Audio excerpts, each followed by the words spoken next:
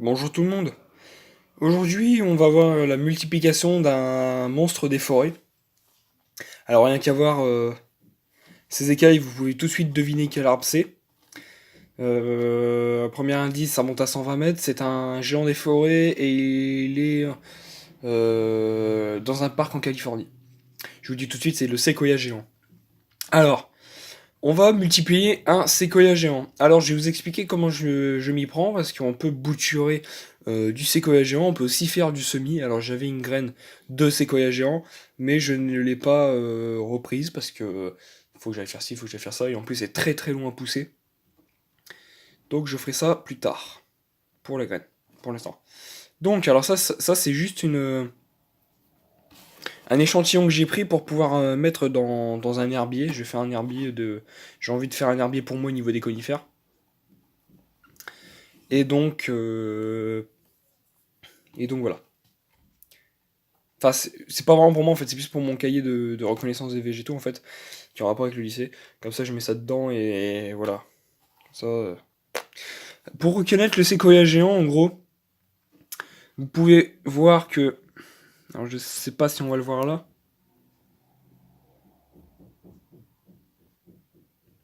Les aiguilles, ça forme des X. C'est-à-dire, vous voyez, ça fait ça, ça fait ça, ça fait ça, ça fait ça, ça fait ça, ça fait ça. Donc voilà, ça fait des sortes de X en gros, vous en avoir de là, après vous en avoir de là, après vous en avoir de là, après de là, après de là. On fait, voilà, ça fait comme ça. Et donc voilà. Ça pique un petit peu, hein, et c'est. Comment dire?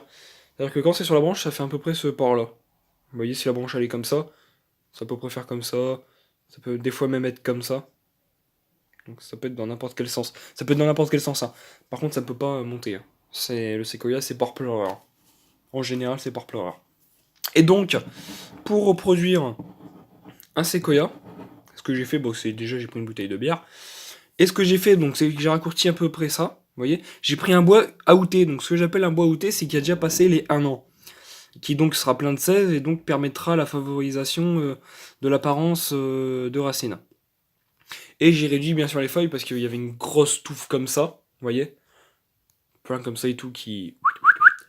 Et donc j'ai préféré réduire un petit peu par rapport à ça pour éviter que toutes les feuilles avec la photosynthèse prennent de toutes les putain comment on appelle ça la sève. Peut-être que les feuilles prennent toute la sève et qu'il y ait plus de sève dans ce bout de bois, enfin dans ce bout de branche, pour favoriser l'apparition des racines. Donc voilà. Alors, si vous voulez favoriser l'apparition des racines, vous utilisez un sécateur. Bien sûr, il faut que ça fasse une coupe nette, faut pas que ce soit un truc arraché, sinon là ça va pas pousser. Bon, moi le mien est un peu sale, hein, il est un peu verdi. Ouais, il est devenu un peu vert. Parce qu'en gros, aujourd'hui j'ai coupé un peu beaucoup de conifères. J'ai coupé. Je vais vous montrer ce que j'ai coupé, attendez, je vais mettre en pause et je vais vous montrer 2-3 variétés de conifères. Donc voilà, donc je voulais vous montrer les comment dire, les. Ah merde! Les espèces que j'ai coupées aujourd'hui. En gros, j'ai commencé un herbier, vous voyez, pour mon bac. Parce que comme vous savez, je suis en études de bac pro, il nous demande un herbier. Donc voilà, donc je voulais vous montrer les petites espèces d'arbres. J'ai trouvé ça intéressant de vous montrer ça. Donc là, le Chamaecyparis obtusa. Donc c'est un cultivar, cette espèce-ci. Le cultivar, c'est Lycopodioides. Donc je vais vous montrer la feuille. De toute façon, il faut que je les sorte pour les sécher. Mais voici la feuille. Donc derrière, c'est un peu bleuté, comme on peut le voir. Et dessus, c'est vert. Donc c'est très, on va dire, un peu boursouflé. Et un peu épais et gros. Sinon, ça a l'air beau.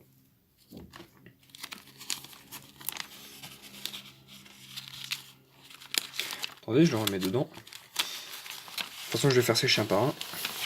Comme ça, je pourrais pas me retomber au montage. J'ai mis mon sécateur là pour le tenir. Après, on passe au Pinus densiflora umbraculiflora. Donc c'est pareil, ça c'est un cultivar. Il me semble. Donc voici la feuille. enfin les feuilles et les aiguilles. Alors elles sont très douces. Et ça, j'ai pris ça sur un pain qui a la particularité d'avoir le tronc orangé comme le Pinus sylvestris. On peut voir qu'au niveau des aiguilles, elles sont plus fines que le pin sylvestre. Par contre, elles sont groupées par deux comme le pin sylvestre. Par contre, elles sont plus longues que le pin sylvestre. Donc elles sont complètement différentes.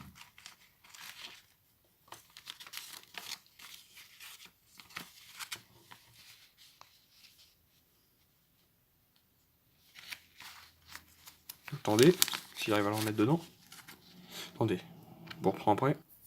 Après, on passe à une espèce type. Donc là, on n'est pas sur un cultivar, là, on est sur une espèce type, logiquement. On est au Pinus cambra, pin cambra. Donc je vais vous le montrer. Voilà. On peut voir que les aiguilles sont légèrement bleutées. Donc voilà. Donc je vais vous montrer le prochain. Et sur le dernier, je le laisse dans l'enveloppe. Je sors pas parce que ça pique beaucoup. Ça pique un peu quand même. Donc on est sur le Cunningamia lanceolata. C'est le sapin de Chine. Alors il est très beau. Là où on l'a vu, il était un peu bof.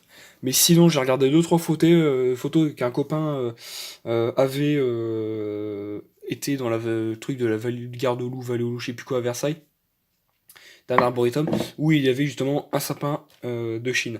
Là, en l'occurrence, on peut voir que c'est au niveau des aiguilles, c'est très caractéristique. Il me semble que de derrière, elles ont une petite couleur particulière. Voilà, de derrière, ça donne ça. Donc moi, je trouve honnêtement que c'est plutôt beau. Après, bon, voilà. Attendez, je te repousse un petit peu, je fais gaffe parce que ça pique un peu. Aïe, ouh. Et donc voilà. Donc voilà. Donc voilà pour l'herbier. Bon, on va repasser sur notre fameux séquoia. Et après, je vous ferai la même vidéo, mais sur le mélèze. Puisqu'on va essayer de multiplier un mélèze d'Europe. Donc moi, voilà avec mon séquoia. Bon, alors pour la préservation de la tige, donc voilà. Hein. Il n'y a rien de plus simple. Après, vous la trempez dans l'eau. Logiquement, ça devrait faire comme mon Pinus sylvestris. Vous devriez y avoir des résultats sur la tige, comme je vous ai montré dans la précédente vidéo. Et donc là, au niveau de cette zone-là, vous allez avoir des petites racines qui vont commencer à pousser. Et ce séquoia-là, je trouverai peut-être un endroit... Ah bah vous voyez, ça s'est renforcé. Vous voyez, quand je l'avais pris, il était un peu complètement pâle. Là, je l'ai mis dans l'eau, vous voyez, il a retrouvé sa densité. Donc ça, c'est top. Donc ça veut dire qu'il est encore vivant. Lui, par contre, voilà. Mais ça, je l'ai fait exprès. Parce que ça, je vais le mettre... voilà. Mais avant ça, à faire sécher. Alors par contre, attention, si vous voulez faire sécher du conifère, que ce soit du mélèze, que ce soit du cèdre, que ce soit du séquoia, du sapin, de l'épicéa, du pin, enfin en gros que ce soit n'importe quelle espèce de conifère. Les conifères en général à faire sécher c'est un peu compliqué. Donc voilà, attendez, je vais couper cette branche, celle-là elle gêne un petit peu. Voilà. Attendez. Donc voilà. Donc voilà, donc ça voilà.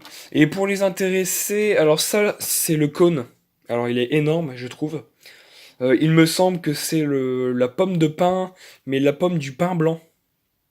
Pin blanc, j'ai oublié le nom latin.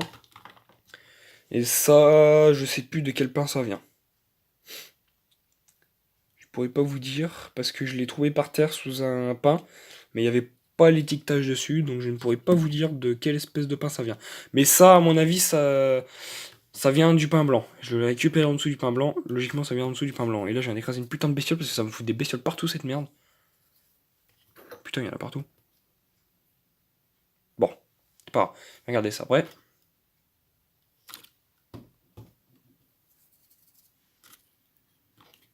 Bon voilà, j'espère que cette vidéo vous a plu. Et là, on va passer sur le mélèze. Bon voilà, allez. Moi, je vous dis à plus tard et ciao tout le monde, salut YouTube.